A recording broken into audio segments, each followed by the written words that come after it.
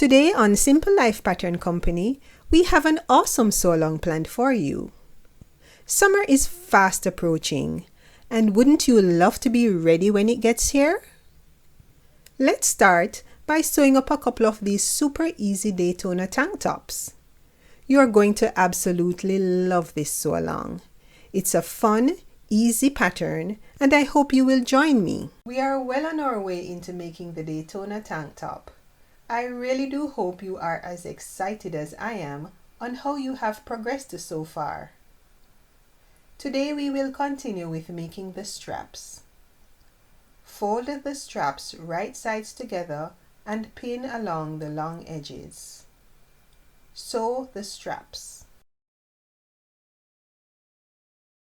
Using your loop turner or safety pin, turn the straps right sides out.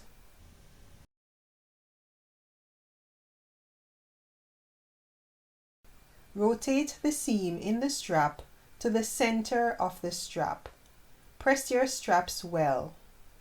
Top stitch on either side of the strap 1/8 inch from the fold.